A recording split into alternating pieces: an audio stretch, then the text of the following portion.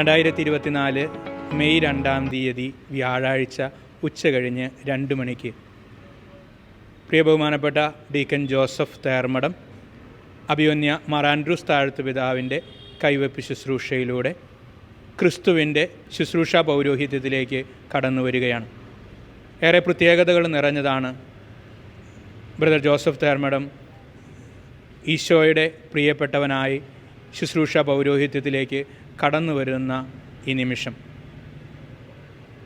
ജന്മന കേൾവിശക്തിക്കും സംസാരശക്തിക്കുമുള്ള പരിമിതികളെ അതിജീവിച്ച് ദൈവം ഇഷ്ടപ്പെട്ട് ഡീക്കൻ ജോസഫ് തേർമഠത്തിനെ തൻ്റെ ശുശ്രൂഷയ്ക്കായിട്ട് വിളിക്കുമ്പോൾ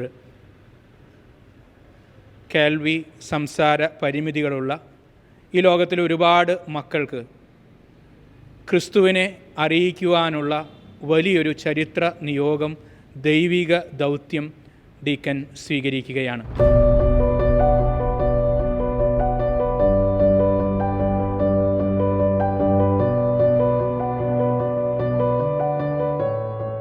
പരിമിതികളെ അതിജീവിച്ച് ക്രിസ്തുവിൻ്റെ അൾത്താരയിലേക്ക് ഒരു പുരോഹിതനും കൂടി, ഡീക്കൻ ജോസഫ് തേർമഠം. പുത്തമ്പള്ളി ഇടവകാംഗമായ തേർമഠം തോമസ് റോസി ദമ്പതികളുടെ രണ്ടാമത്തെ മകനായ ഡീക്കൻ ജോസഫ് തേർമഠം ഈ വരുന്ന മെയ് 2-ന് അഭിവന്യ മാർ ആൻഡ്രൂസ് താഴത്ത് പിതാവിൻ്റെ കൈവെപ്പ് വഴി ശുശ്രൂഷ പൗരോഹിത്യത്തിലേക്ക് ഉയർത്തപ്പെടുന്നു. ഡീക്കൻ്റെ പൗരോഹിത്യ ദൈവവിളിയുടെ വഴിത്താരകളിലേക്ക് നമുക്കൊന്ന് കടന്നു ചെല്ലാം.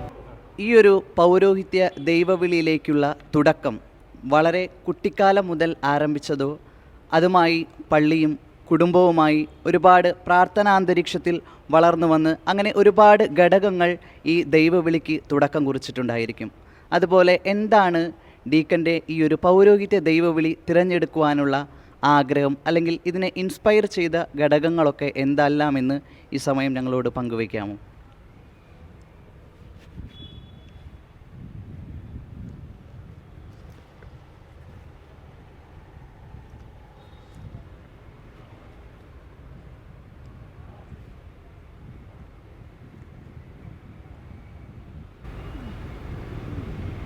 ചെറുപ്പം മുതലേ തന്നെ ഞാൻ തൃശ്ശൂരിലുള്ളൊരു വ്യക്തി തന്നെയാണ്. അതെ, ഞാനിവിടെ നിന്ന് ബോംബെയിലോട്ട് പോയി പാരൻസിനോടൊപ്പം തന്നെ പോയതാണ്. അവിടെ പോയി വിദ്യാഭ്യാസം എല്ലാം നേടി ഒരു ഡെഫായിട്ട് തന്നെയാണ് ഞാൻ നിന്നത്. ദൈവത്തിൻ്റെ ഒരു വിളി എനിക്ക് ഉണ്ട് എന്ന് എനിക്ക് ചെറുപ്പം മുതലേ തന്നെ നല്ലൊരു ഒരു ഐഡിയ ഉണ്ടായിരുന്നു. പക്ഷേ ഞാനൊരു ഡെഫായിട്ടുള്ളൊരു വ്യക്തിയാണല്ലോ, എനിക്കിത് കിട്ടാൻ ബുദ്ധിമുട്ടാണല്ലോ എന്നെനിക്ക് മനസ്സിലായി. ഞാൻ വളരെ സൈലൻ്റായിട്ട് തന്നെ ഇരിക്കുകയായിരുന്നു, മനസ്സിനകത്ത് അത് സൂക്ഷിച്ചു. പിന്നെ വർഷങ്ങൾക്ക് ശേഷം ഞാൻ കാറ്റഗിസം പഠിക്കുവാനായിട്ട് പോയി. കാറ്റഗിസം പഠിച്ചതിന് ശേഷം അപ്പോഴാണ് എനിക്ക് മനസ്സിലായത് ഇതുപോലുള്ള ദൈവവിളികൾ ധാരാളമുണ്ട് എന്നും, അപ്പോൾ നമുക്കിതിനെക്കുറിച്ച് വോയിസ് ഔട്ട് ചെയ്യാമെന്നും പറഞ്ഞു. അങ്ങനെ എൻ്റെ മാതാപിതാക്കളോട് ഞാൻ പറഞ്ഞു. മാതാപിതാക്കളോട് പറഞ്ഞപ്പോൾ അതെ, അവരോട് പറഞ്ഞു എനിക്ക് ഇങ്ങനെ ഒരു ആഗ്രഹമുണ്ട് എന്ന് ഞാൻ പറഞ്ഞായിരുന്നു. അപ്പോൾ അവരാദ്യം തന്നെ ഇത് കേട്ടപ്പോൾ അവർക്ക് ആശ്ചര്യമായി തോന്നി. എങ്ങനെയാണ് ഒരു പരിമിതിയുള്ള ഒരു വ്യക്തിക്ക് വൈദികനാകാൻ സാധിക്കുന്നതെന്ന് അവർ ചോദിച്ചു. ഓക്കെ, അപ്പോൾ ബ്രദർ അങ്ങനെ തന്നെ സൈലൻ്റായിട്ടിരിക്കുകയായിരുന്നു. പിന്നെ തൻ്റെ പഠനം വീണ്ടും തുടർന്ന് മുന്നോട്ട് പോയി. അതിനുശേഷമാണ് ഡീക്കൻ ജോസഫ് അറിയുന്നത് കാഴ്ച പരിമിതിയുള്ള ഒരാൾ വൈദികനായി എന്നുള്ളത്, ഫാദർ വിൽസൺ എന്ന് പറയുന്ന വ്യക്തി. അപ്പോൾ അത് മനസ്സിലായപ്പോൾ എനിക്കും ഒരു വൈദികനാകാൻ സാധിക്കും എന്ന് മനസ്സിലായി. അങ്ങനെ വീണ്ടും പേരൻസിനോട് വീണ്ടും തൻ്റെ ആഗ്രഹം പ്രകടിപ്പിച്ചു. പേരൻസ് പറഞ്ഞു ഓക്കെ നമുക്ക് ശ്രമിക്കാം എന്ന് പറഞ്ഞ് അവർ സപ്പോർട്ട് ചെയ്തായിരുന്നു. അപ്പോൾ ബോംബെയിലായിരുന്നപ്പോൾ അവിടെ ഉണ്ടായിരുന്ന വികാരിയച്ഛനുമായിട്ട് അവർ സംസാരിച്ചു. വികാരിയച്ഛൻ ഇതിനെ നന്നായിട്ട് പ്രോത്സാഹിപ്പിച്ചു. അതിനുശേഷമാണ് എൻ്റെ ജ്യേഷ്ഠ സഹോദരൻ സ്റ്റാലിൻ, അതെ, ഞങ്ങളെല്ലാവരും നല്ലൊരു സ്ട്രോങ് കാത്തലിക്സ് ആണ്. അതെ, ഇതിനെ പൂർണ്ണമായും പ്രോത്സാഹിപ്പിക്കുന്നവരാണ്. എനിക്കൊരു അങ്കിളുണ്ട്, സിസ്റ്റേഴ്സുണ്ട്, വൈദികരൊക്കെ ഉള്ള ഒരു കുടുംബമാണ്. അപ്പോൾ ഞങ്ങളിങ്ങനെ അന്വേഷിക്കുകയായിരുന്നു ഇതെവിടെ എനിക്ക് എൻ്റെ ഈ ആഗ്രഹം സഫലമാക്കാൻ സാധിക്കും, ഇന്ത്യയിൽ എവിടെ കിട്ടും എന്നൊക്കെ ഇതിനെക്കുറിച്ച് അന്വേഷിച്ചു. പക്ഷെ വളരെ ബുദ്ധിമുട്ടായിരുന്നു, കാരണം ആ സമയത്തൊന്നും ഇതിനുള്ള അവസരമില്ലായിരുന്നു. അപ്പോൾ എൻ്റെ ബ്രദർ സ്റ്റാലിൻ എന്ന് പറയും, അദ്ദേഹം അമേരിക്കയിൽ പഠിക്കാനായി പോയി. അവിടെ ഒരു ബന്ധുവായിട്ടുള്ള ഒരു അച്ഛനുമായിട്ട് സംസാരിക്കുന്നതിനിടയിൽ ഫാദർ ജോയ് എന്ന് പറയുന്ന ഒരു അച്ഛനോട് സംസാരിക്കുന്നതിനിടയിൽ അച്ഛൻ പറഞ്ഞു ഇങ്ങനെ കേരളത്തിൽ ഹോളി ക്രോസ് സഭ ഡെഫ് മിനിസ്ട്രി ആരംഭിച്ചിട്ടുണ്ട്. ഇവർക്ക് വേണ്ടി പ്രവർത്തിക്കുന്നുണ്ട്.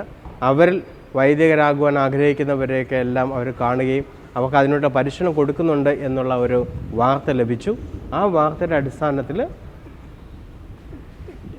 അതെ അപ്പോൾ ആ സമയത്ത് തന്നെ ഇദ്ദേഹം ഓൾറെഡി ഒരു അസോസിയേഷനിലായിരുന്നു. ആ അസോസിയേഷൻ്റെ പേര് ഡൊമിനിക്കൻ എന്ന അസോസിയേഷൻ ആയിരുന്നു. അവിടെ നിന്നുകൊണ്ട് ഫിലോസഫിയും തിയോളജിയൊക്കെ പഠിക്കുമായിരുന്നു ആ സമയത്ത്.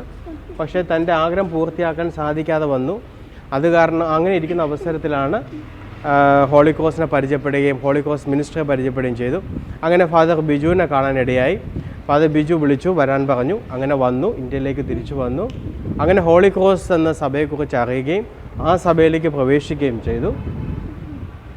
ഹോളി ക്രോസ് സഭ ബധിരരായിട്ടുള്ള സമൂഹത്തിന് വേണ്ടിയിട്ട് ധാരാളം പ്രവർത്തനങ്ങൾ കേരളത്തിനകത്തും പുറത്തും ചെയ്യുന്നത് എനിക്ക് മനസ്സിലായി. അങ്ങനെ അവരിലേക്ക് എത്തിച്ചേരുവാൻ, ആ സമൂഹത്തിലേക്ക് എത്തിച്ചേരുവാൻ ആഗ്രഹിച്ചു. അങ്ങനെയാണ് ഞാൻ ഈ ഒരു വഴിത്തിരിയിലേക്ക് വന്നത്. അതെ, അങ്ങനെ ഞാൻ ഇപ്പോഴും അതിലേക്ക് മുന്നോട്ട് പോയിക്കൊണ്ടിരിക്കുകയാണ്.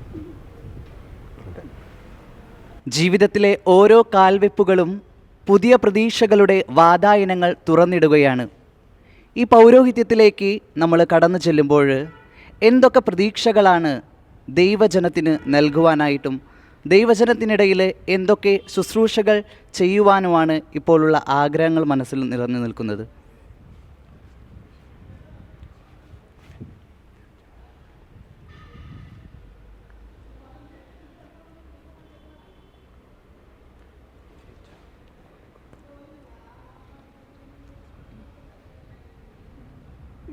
ഇന്ത്യയിൽ ധാരാളം ബധിരരായിട്ടുള്ള സഹോദരങ്ങളുണ്ട്.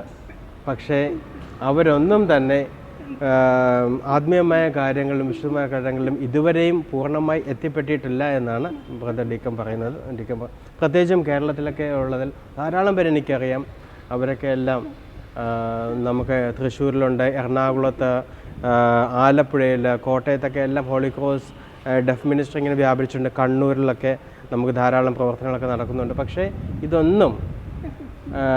ഇതൊന്നും അതിൻ്റെ പൂർണ്ണതയിൽ ഇതുവരെ എത്തിയിട്ടില്ല എന്നാണ് ബ്രദർ പറയുന്നത്.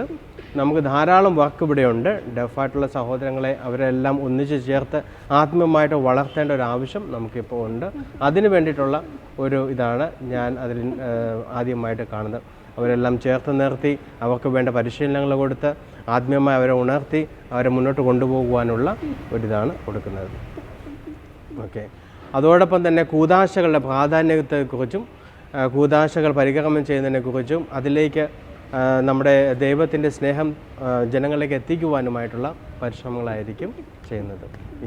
ഇതെല്ലാം ചെയ്യുന്നത് ഞാൻ എൻ്റെ സഭ ഹോളി ക്രോസിനോടൊപ്പം ചേർന്ന് പ്രവർത്തിക്കുവാനാണ് ഞാൻ ആഗ്രഹിക്കുന്നത്. ഒപ്പം തന്നെ മറ്റ് ഫാദേഴ്സും ഇതിനോടൊപ്പം വർക്ക് ചെയ്യുന്ന സിസ്റ്റേഴ്സും ഒക്കെ എല്ലാം ഞങ്ങൾ ഒരുമിച്ച് ചേർന്ന് വർക്ക് ചെയ്യുവാനായിട്ട് ആഗ്രഹിക്കുന്നു. ദൈവവിളിയുടെ വിളനിലം കുടുംബമാണല്ലോ.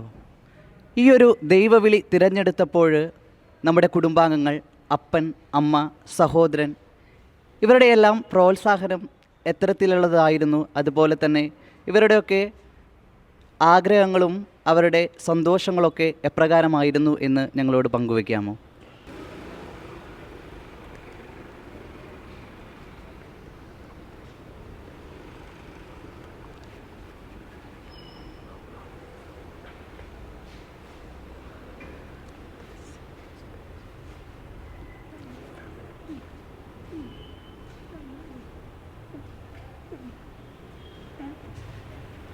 എൻ്റെ കുടുംബം തുടക്കം മുതൽ തന്നെ ഒത്തിരിയധികം പരിശ്രമിക്കുന്നുണ്ടായിരുന്നു.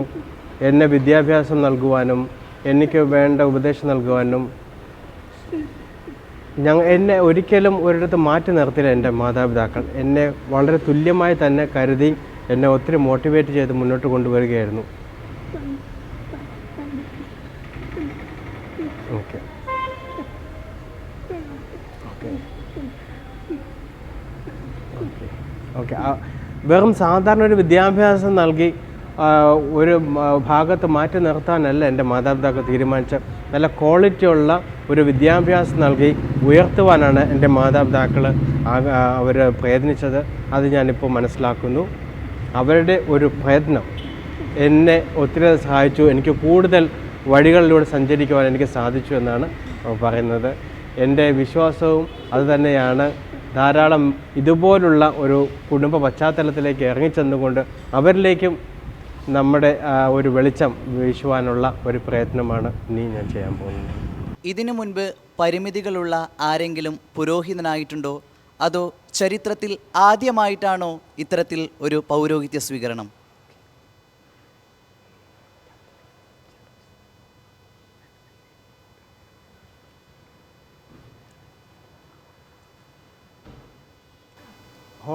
ആഗോള കത്തോലിക്ക സഭയിൽ അപ്രോക്സിമേറ്റ്ലി ഏതാണ്ട് 25ഓളം വൈദികർ, ഡെഫായിട്ടുള്ള ബധിരായിട്ടുള്ള വൈദികർ ഉണ്ട് ആഗോള കത്തോലിക്ക സഭയിൽ.